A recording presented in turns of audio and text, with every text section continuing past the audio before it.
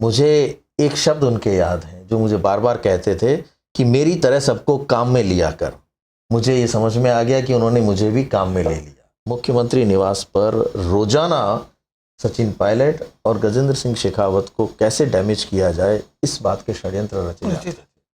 जो सच मैंने आज बोला, अगर इसको उस समय में बात करता तो निश्चित तौर पर सरकार चली जाती, सरकार गिर जाती।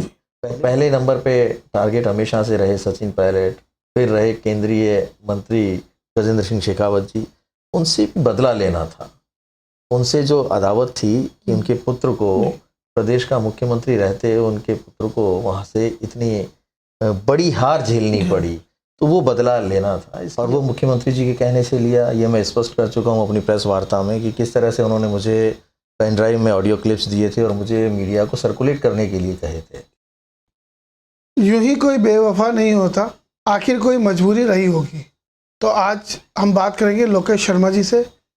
लोकेश शर्मा जी पूर्व सरकार में ओएसडी भी थे और अशोक गहलोत जी के करीबी कहलाए जाते थे। मैं आज बात करेंगे। लोकेश जी, आपका द लाइव राइटर में बहुत बहुत स्वागत है। Thank you. लोकेश जी, ऐसी क्या मजबूरियां हो गई, ऐसा क्या जो दर्द था सीने में, 3 साल आपने कहा कि दबा के बैठे थे, क्या वजह हो गई?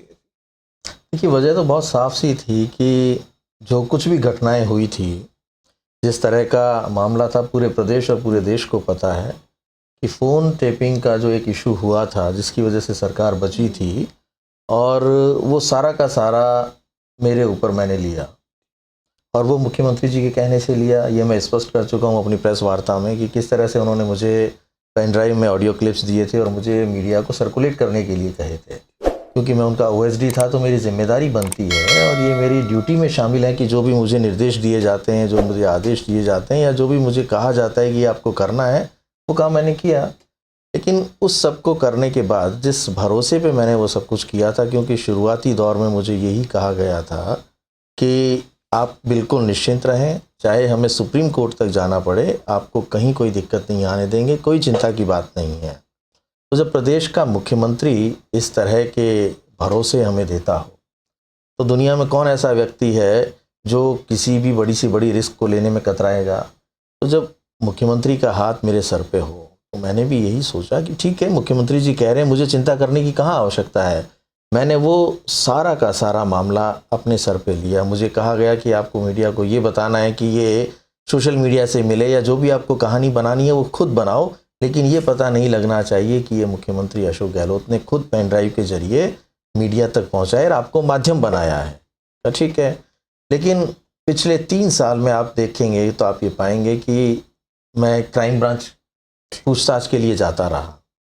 दिल्ली हाई कोर्ट में मेरी पेशियां होती रही। अभी भी वो केस चल रहा है क्योंकि केंद्रीय मंत्री गजेंद्र सिंह शेखावत जी ने मेरे ऊपर एफआईआर दर्ज करवाई और उस एफआईआर को मैं अभी तक भुगत रहा हूँ।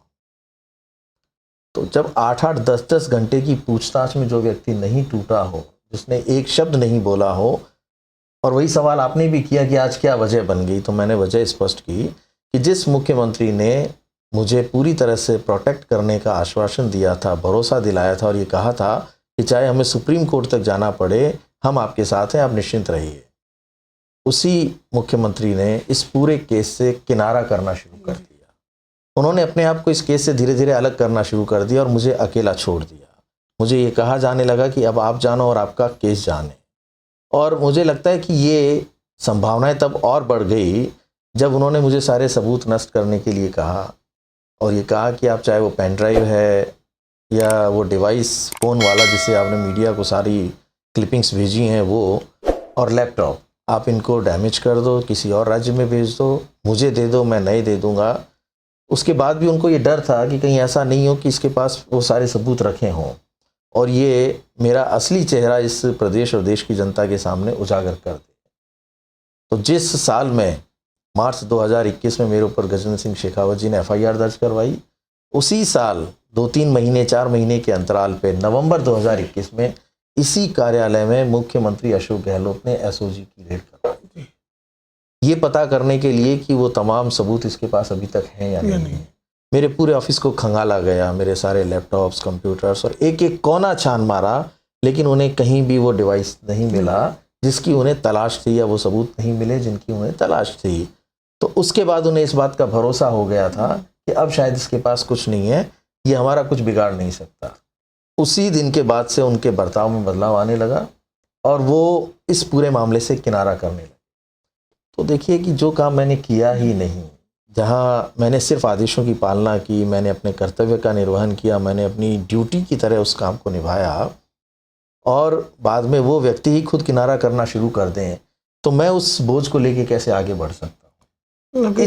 ये मेरी मजबूरी थी कि अब मैं ये सोचने लग गया पूरी तरीके से कि जब सबने मेरा साथ छोड़ दिया तो मैं उस काम के लिए खुद क्यों प्रताड़ित हूँ, क्यों मेरे परिवार पूरी तरीके से इसमें परेशान हो, जो मैंने गलती की ही नहीं है। तो अब वक्त है कि पूरे प्रदेश को और देश को सच्चाई बताई जाए कि ये कृत्य मैंने नहीं किया। हाँ, ऑडियो क्लिप्स मैंने सर्कुलेट किए, वो भी मुख्यमंत्री के आदेश पे किए, लेकिन ना तो मैंने कोई फ़ोन टेप किया, वो मेरे अधिकार क्षेत्र में भी नहीं आता। ये गृह विभाग के अधिकार क्षेत्र में आता है कि किसको सर्विलांस पे लेना है, नहीं लेना है, किन व्यक्तियों के फ़ोन टेप होने चाहिए, नहीं होने चाहिए, वो सारा एक सिस्टम बना हुआ है और मुख्यमंत्री ही हमारे गृह मंत्री थे। तो सब कुछ उन्हीं के दिशा निर्देशों पे हुआ, चाहे वो सरकारी विभाग ने किया हो, जो लोग भी शामिल होते हैं, डीजीपी, चीफ सेक्रेटरी, ये पूरा एक महकमा जो रूल्स रेगुलेशंस के तहत किसी भी फ़ोन को इंटरसेप्शन पे लेता होगा या उसको इंटरसेप्ट करता होगा, ये सारी की सारी जिम्मेदारियां खुद मुख्यमंत्री की थी। योगेश जी, भगवान परशुराम जी की मूर्ति भी आपके सामने है, तपस्या के लिए जाने जाते हैं और आप अशोक गहलोत जी की भी तस्वीरें देख रहे हैं, तो जिस तरीके से आपकी तपस्या में कमी क्या रह गई थी जो ऐसा उन्होंने किनारा किया? कमी तो वो जाने, मुझे एक शब्द उनके याद हैं जो मुझे बार बार कहते थे कि मेरी तरह सबको काम में लिया कर। मुझे ये समझ में आ गया कि उन्होंने मुझे भी काम में ले लिया। वो एक राजनीतिक व्यक्ति जो ये शब्द कहता हो कि मेरी तरह सबको काम में लिया कर, तो जब ये हरकतें होनी शुरू हुई तो मैं समझ गया कि मैं भी उनके काम आ गया। लेकिन जीवन में सिर्फ हर व्यक्ति को काम में लेने का उद्देश्य नहीं होना चाहिए। जो व्यक्ति इतनी निष्ठा के साथ आपके साथ पिछले 20 वर्षों से जुड़कर काम कर रहा है और उसने हर वो काम किया जिसकी आपने आदेश दिया, बावजूद उसके अगर आपने उसके ऑफिस में रेड डाली तो मैंने कैसे बर्दाश्त किया होगा। आप उस वक्त की मेरी भावनाओं को समझने की कोशिश कर सकते हैं कि मैंने कैसे झेला होगा कि मेरे कार्यालय में मेरे स्टाफ, मेरे सहयोगी, मेरे जो लोग लगातार काम करते हैं और मैंने उसे ढक के रखा। उस वक्त किसी को ये पता नहीं लगा कि मेरे कार्यालय में रेड डाली गई है, चाहे वो मीडिया हो, आमजन हो या मेरे और दूसरे लोग। मैंने उसको बिल्कुल साइलेंटली इस तरीके से कि कहीं ऐसी नहीं हो कि ये बात कोई बड़ा इशू बन जाए और अभी से सरकार को दिक्कत होनी शुरू हो जाए। देखिए, इस बात को पूरा प्रदेश मानता है कि अगर ये सच्चाई जो मैंने आज उजागर की, जो सच मैंने आज बोला, अगर इसको उस समय में बात करता तो निश्चित तौर पर सरकार चली जाती, सरकार गिर जाती। पहले भी बहुत उदाहरण हैं इस देश में कि फ़ोन टेपिंग के मामलों को लेकर या इस तरीके से जनप्रतिनिधियों के मामलों को लेकर अगर कोई सरकार या मुख्यमंत्री ऐसा करता है तो वो सरकारें गिर जाती। मैंने तो सरकार बचाने का काम किया और उसका तोहफा मुझे ये दिया कि मुझे पूरी तरह से अकेला छोड़ दिया। मैंने तो कुछ कहा भी नहीं। लोग मेरे ऊपर तरह तरह के आरोप लगाते हैं कि आपको टिकट नहीं मिला इसलिए आप इनके खिलाफ हो गए, आपने 5 साल मलाई खाई, उसके बाद सरकार चली गई तो आप इनके खिलाफ हो गए। मैं सबको ये बताना चाहता हूँ कि टिकट का मिलना नहीं मिलना इससे कोई संबंध नहीं रखता। मैं पिछले 25 वर्षों से सक्रिय राजनीति में हूँ और कांग्रेस का सक्रिय कार्यकर्ता होने के नाते ये मेरा अधिकार बनता है कि मैं पार्टी से टिकट की मांग करूं और वही मैंने की। अगर मुझे नहीं दिया तो कोई बात नहीं ना, प्रदेश नेतृत्व, केंद्रीय नेतृत्व जो उचित समझते हैं उन्होंने वही फैसला लिया। लेकिन इसको उस चीज़ से जोड़कर मानना मेरे ख्याल से वो उचित नहीं है। अशोक गहलोत जी से भी अभी कुछ दिनों पहले पूछा गया था कि आपके बारे में, तो अशोक गहलोत जी ने कहा कि बीजेपी के हाथों में कोई भी खेल सकता है, तो क्या आरोप आपका क्या बीजेपी में जाने का मन है? देखिए, आखिर में यही एक लाइन बचती है प्रत्येक व्यक्ति के पास कहने के लिए कि ये बीजेपी में जा रहा है, बीजेपी के लोगों के साथ इसकी कोई डील हुई है या बीजेपी के लोगों के साथ उनके कहने पर ये सब कुछ कर रहा है।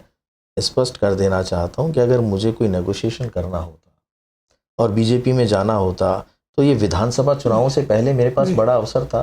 जब मैंने कांग्रेस पार्टी से टिकट मांगा और मुझे वहाँ टिकट नहीं मिला तो मैं बीजेपी के पास जाके ये नेगोशिएट करता कि देखो मेरे पास सब कुछ है और मैं इतने बड़े खुलासे कर सकता हूँ, तो मुझे एक टिकट तो मिल ही जाता। नेगोशिएट मैं तब कर लेता और तब मुझे टिकट मिल जाता तो मेरी जो राजनीतिक महत्वाकांक्षा थी उसकी भी पूर्ति होती। अब तो कोई समय ही नहीं है कि मैं जाके वहाँ उनके कहने से ये सब काम करूँ। मुझे फ़ायदा लेना होता तो मैं उस वक्त लेता और अभी भी एक फेज जा चुका था। ये दिन मैंने नहीं चुना। मैं इतना भर गया था, इतना विचलित हो गया था, इतना परेशान हो गया था, मानसिक दबाव में था कि मुझे क्या करना चाहिए, क्या नहीं करना चाहिए। तो उसी जद्दोजहद में मैंने ये निर्णय लिया कि अब मैं इसे और नहीं ढोऊँगा और अपने सर पे इस वज़न को लेके नहीं चलूँगा। प्रदेश की जनता के सामने ये स्पष्ट हो जाना चाहिए कि ये कैसे हुआ, किसने किया और कौन इसके पीछे था, और मैंने वही किया। आप अशोक गहलोत साथ रहे, जिस तरीके से उनकी कूटनीति है, कोरोना काल भी रहा, और जो आपने उन पे भ्रष्टाचारों के आरोप भी लगाए हैं कि जो सैनिटरी नैपकिन हो, खेल घोटाले में हो या कोरोना वैक्सीन में हो, तो क्या मुख्यमंत्री इस तरीके से जो भ्रष्टाचार हुआ है क्या? देखिए, जो भी घोटाले होते हैं सरकार में, अगर उसकी जानकारी मुख्यमंत्री की हो तो सीधे तौर पर संलिप्तता और मिलीभगत मानी जाती है। सरकार के मुखिया वही हैं और जवाबदेही भी मुखिया की ही होती है।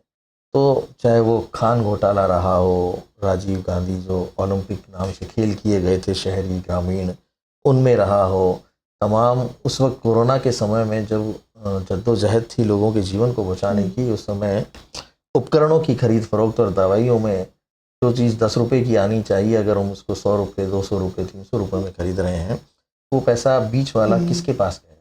तो ये महा घोटाले हुए हैं इस सरकार में। उनका मैं तो नई सरकार से ये आग्रह करना चाहूँगा कि इसकी तह में जाया जाए तो पता लगेगा कि पिछली सरकार में किस तरह के बड़े बड़े घोटाले हुए हैं। एक प्रकरण तो पूरे प्रदेश को पता है, जो देश भर का इशू बना, पेपर लीक प्रकरण। रीट लेवल 2 का, जारौली के मामले में आपने रीट लेवल 2 का पेपर लीक हुआ। शुरू के 10-15 दिन तक तो सरकार ने ये स्वीकार ही नहीं किया कि पेपर लीक हो चुका है। उसके बाद जब दबाव बढ़ा विपक्ष का भी और नौजवानों का भी, तब ये स्वीकार किया गया कि लेवल 2 का पेपर लीक हुआ है तो उसे रद्द कर दिया जाए। उसे रद्द किया गया। लेकिन जो लोग जिम्मेदार थे, जिनको सही तरीके से ये परीक्षाएं करवानी थी, जिनके रहते ये लीक नहीं होना था, उन लोगों पर कार्रवाई के बारे में आपने सोचा ही नहीं। और जब आपने बैठक आयोजित की और ये सोचा कि कैसे किसको सज़ा मिलनी चाहिए, किसके ऊपर का कार्रवाई की जाए, तब ये आप कह रहे हो कि जारौली तो अपना आदमी है, वही सब कुछ है। तो अपने आदमी को बचाने के चक्कर में आपने प्रदेश के लाखों नौजवानों के भविष्य के साथ खिलवाड़ कर दी, उनके सपनों को पूरी तरह से तोड़ दिया। तो इसके जिम्मेदार आप ही हैं। और जो मिली भगत थी वो भी आपको पूरी तरह से पता थी, क्योंकि सरकार की नाक के नीचे इतना बड़ा काम हो जाए और आप अपने लोगों को बचाने में लगे रहें, तो इसे क्या कहा जाएगा? इसमें सीधे तौर पर आपकी संलिप्तता ही कही जाएगी। एक समय था जब सरकार होटलों में थी, जिस तरीके से बाड़ेबंदी हो रही थी, और आपकी भी एक भूमिका थी, आप भी बार बार मीडिया में आते थे, दिखते थे, मीडिया को अपडेट भी देने का काम था। तो उस समय क्या योजना थी और किस तरीके से बताया जाता कि सचिन पायलट को रोकने का जो इनका गहलोत सरकार का मकसद था, तो क्या वजह थी? देखिए, उस वक्त पॉलिटिकल क्राइसिस प्रदेश में था, राजनीतिक संकट आ गया था। ये माना जा रहा था कि सचिन पायलट अपने विधायकों को लेकर मानेसर चले गए और सरकार अल्पमत में आ गई है। कोई पूरा परसेप्शन इस तरीके का बनाया गया कि बीजेपी के साथ या गजेंद्र सिंह शेखावत के साथ पूर्व उप मुख्यमंत्री सचिन पायलट मिलकर सरकार को गिराने की साजिश रच रहे हैं। वो एक सिर्फ परसेप्शन बनाया गया था। और ये हम शुरू से जानते हैं कि नौजवान ऊर्जावान प्रदेश के उप मुख्यमंत्री सचिन पायलट, जो तत्कालीन प्रदेश अध्यक्ष भी थे कांग्रेस के, उनको अवसर मिलना था। धीरे धीरे इनको ये लग रहा था मुख्यमंत्री अशोक गहलोत को कि कहीं वो टेक ओवर नहीं कर जाएं, तो कैसे उनको डैमेज किया जाए ज़्यादा से ज़्यादा। तो पहले नंबर पे टारगेट हमेशा से रहे सचिन पायलट, फिर रहे केंद्रीय मंत्री गजेंद्र सिंह शेखावत जी। उनसे बदला लेना था। उनसे जो अदावत थी कि उनके पुत्र को, प्रदेश का मुख्यमंत्री रहते उनके पुत्र को वहाँ से इतनी बड़ी हार झेलनी पड़ी, तो वो बदला लेना था। इसलिए उनकी छवि को भी खराब करने के लिए जिस तरीके के षड्यंत्र रचे जा सकते थे, मुख्यमंत्री निवास पर रोजाना सचिन पायलट और गजेंद्र सिंह शेखावत को कैसे डैमेज किया जाए, इस बात के षड्यंत्र रचे जाते थे। और यही हुआ।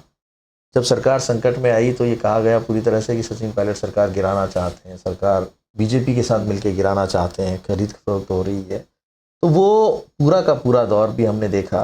और आप तो उस बात के साक्षी हैं कि मैंने लगातार उस पूरे समय में कि जो लोग होटलों में अंदर बैठे हुए हैं, जो कहते हैं सर अपनी पॉलिटिकल भाषा में कि बाड़ेबंदी में जितने लोग थे और वहाँ क्या माहौल था, उसकी पल पल की मैं अपडेट्स देता था, ताकि प्रदेश में ये मैसेज ना जाए कि सरकार खराब स्थिति में है या सरकार गिर रही है।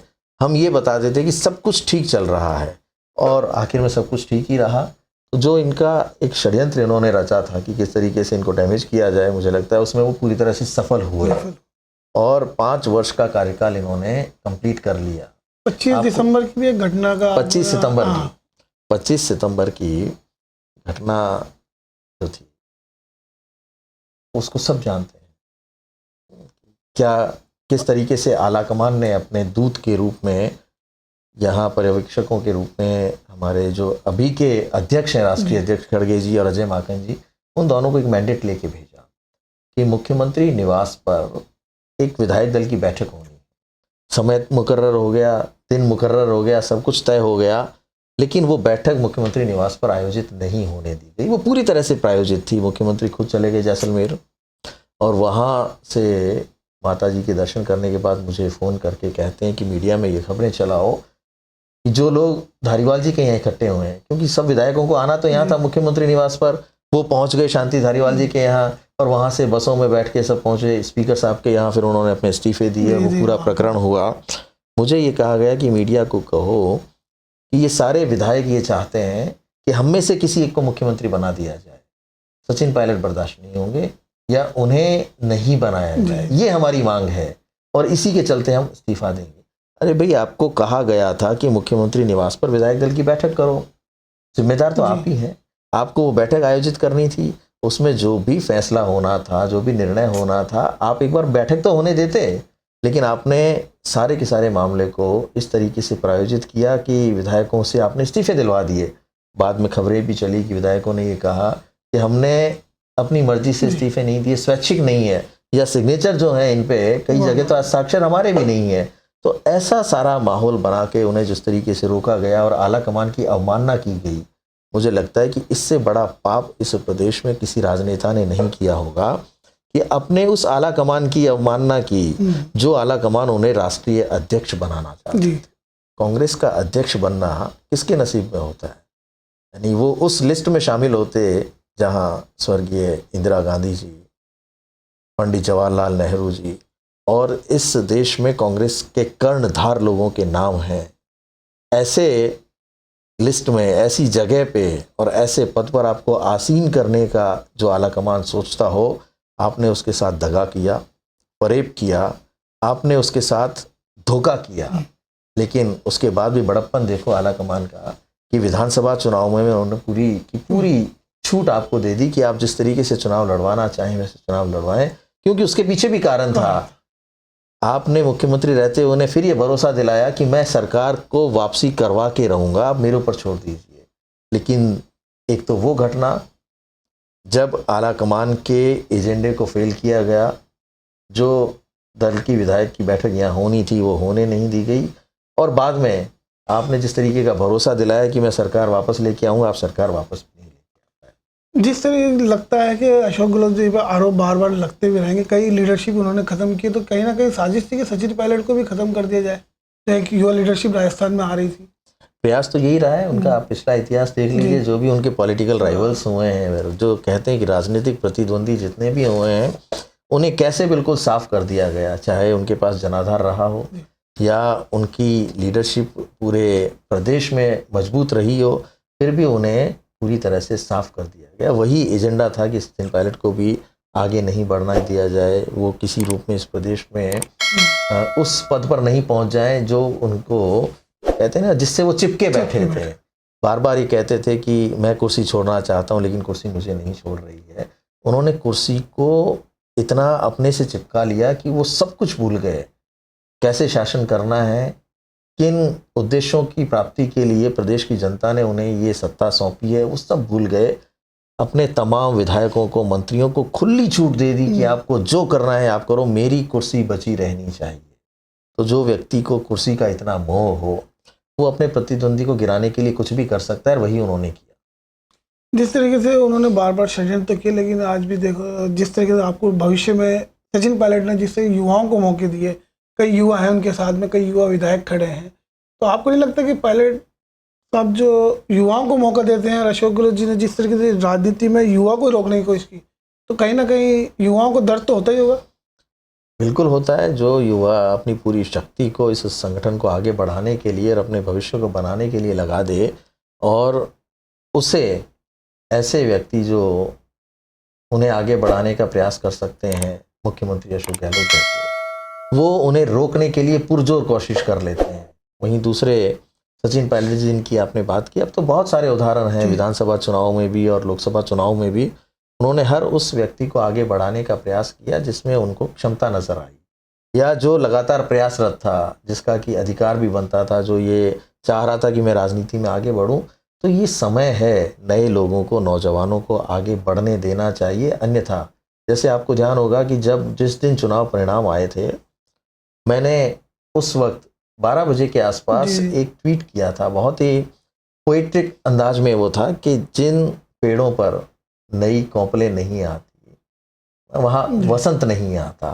तो अगर हम नए जो चीज़ है, नए पत्तों को नहीं आने देंगे, पुराने नहीं झड़ेंगे, नए नहीं आएंगे, तो वहाँ वसंत कैसे आएगा। सब जगह का यही सिद्धांत है, प्रकृति का भी यही नियम है कि अगर हमने नए लोगों को अवसर नहीं दिया, तो ये जो आज स्थितियां बनी हुई हैं, जो चुनौतियां हमारे सामने आती हैं, उनका सामना कौन करेगा। अगर आप ये सोचो, यानी मुख्यमंत्री अशोक गहलोत ये सोचें कि मैं ही कांग्रेस हूँ, तो क्या कांग्रेस उनके साथ पूरी तरह से खत्म हो जाएगी। हर व्यक्ति कांग्रेस से जो जुड़ा हुआ है, वो जीवन में ये चाहता है कि उसे आगे बढ़ने का अवसर मिले।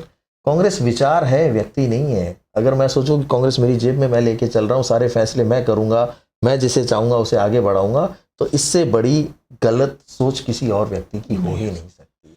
देखिए, मैंने कई बार कहा, पिछले 2-3 जो साक्षात्कार थे उसमें मैंने यही कहा कि इस देश का कोई भी व्यक्ति ये कह दे कि अशोक गहलोत ने पार्टी को क्या लौटाया, वो मेरे साथ बैठ के बहस कर ले। मैं उन्हें बताऊंगा कि जिस बात को लेके गर्व से ये कहते रहते हैं कि मैं 3 बार पीसीसी चीफ रहा, 3 बार प्रदेश का मुख्यमंत्री बन गया, मैं केंद्रीय मंत्री रह लिया, पार्टी का महासचिव रह लिया, पार्टी ने आपको इतना दिया। एक भी चीज़ या एक भी साल, एक भी टर्म आपकी आप बता दें कि आपने वापस पार्टी को ये लौटाया। अगर आप मुख्यमंत्री रहते हुए वापस सरकार को रिपीट नहीं करवा पाए, तो आपने पार्टी को लौटाने का प्रयास किया ही नहीं, नई लीडरशिप को डेवलप नहीं किया आपने। नेता वही होता है जो नए लीडर तैयार करे, अपने पीछे एक नई फौज को तैयार करे। ऐसा नहीं हो कि मैं नहीं तो कोई नहीं। आप पर आरोप भी लग रहे हैं कि आप भाजपा नेताओं के संपर्क में भी हैं, और आपको क्या न्याय की उम्मीद है कि भाजपा से, कि जिस तरीके से आपने जो उनको एविडेंस बताए हैं उन पर कार्रवाई होगी? देखिए, अब ये काम भारतीय जनता पार्टी का, सरकार का और जांच एजेंसियों का है। जहाँ तक भारतीय जनता पार्टी के नेताओं से संपर्क की बात है, तो मेरा ये मानना है कि राजनीति में विचारधारा किसी भी तरह की हो, अलग अलग विचारधारा के लोग एक दूसरे से मिल सकते हैं, व्यक्तिगत संपर्क भी तो होते हैं। मेरी मुलाकात जो हुई विनय सहस्त्रबुद्धे जी से, मैं उन्हें बहुत पहले से जानता हूँ और लंबे अरसे से वो मेरे संपर्क में हैं।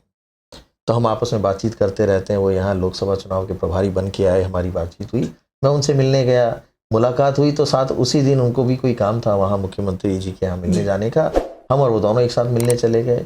तो मुख्यमंत्री जी से भी अच्छी चर्चा हुई, बातचीत हुई। लेकिन इसका ये अभिप्राय नहीं है कि मैं कोई पार्टी बदल रहा हूँ। ये वो प्रदेश के मुख्यमंत्री हैं, किसी भी विषय पे चर्चा हो सकती है। और हमने जो चर्चा की वो विषय बिल्कुल अलग तरह के विषय थे, लेकिन कयास ये लगाए गए कि मैं भारतीय जनता पार्टी ज्वाइन कर रहा हूँ, मैं कांग्रेस का कार्यकर्ता था, हूँ और कांग्रेस में रहूँगा। अब ये तो कांग्रेस को तय करना है कि कांग्रेस किस तरीके से मेरा किस रूप में उपयोग लेना चाहे। जो मुझे जिम्मेदारी दी गई आज तक भी, उसको मैंने निभाया और अब भी बिना पद के उसको आगे बढ़ाने के लिए सतत रूप से प्रयासरत हूँ कि कांग्रेस हर हाल में प्रदेश में मजबूत होनी चाहिए। ये थे लोकेश शर्मा जी, जिन्होंने अपनी बात बेबाकी से हमारे बीच में रखी। लोकेश शर्मा जी, बहुत बहुत धन्यवाद आपका, आपने